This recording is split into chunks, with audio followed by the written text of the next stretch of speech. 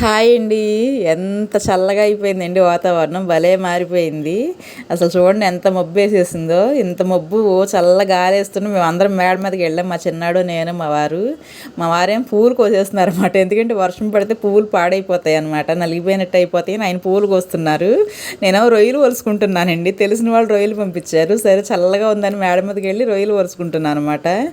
వీడియోనేమో మా చిన్నాడు తీస్తున్నాడు.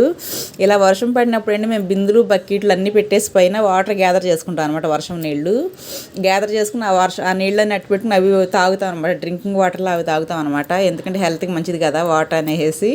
నా రొయ్యలు ఒలుసుకోవడం అవ్వక ముందే వచ్చేసింది వాన. గబగబా పైన బిందులు బకెట్లు అన్నీ పెట్టేసి కిందకు వచ్చి కింద ఒలుసుకున్నాను అనమాట మిగిలిన రొయ్యలన్నీ నేను. కానీ చాలా మంచిదండి అలా వాటర్ వర్షం నీళ్ళు పట్టుకుని తాగితే చాలా మంచిది. మీలో ఎవరికైనా కూడా నచ్చితే ట్రై చేయండి. వాటర్ కూడా చాలా టేస్ట్గా ఉంటాయండి, చాలా అంటే చాలా టేస్ట్గా ఉంటాయి. బాయ్. నా వీడియో నచ్చితే ఒక లైక్ చేయండి, షేర్ చేయండి.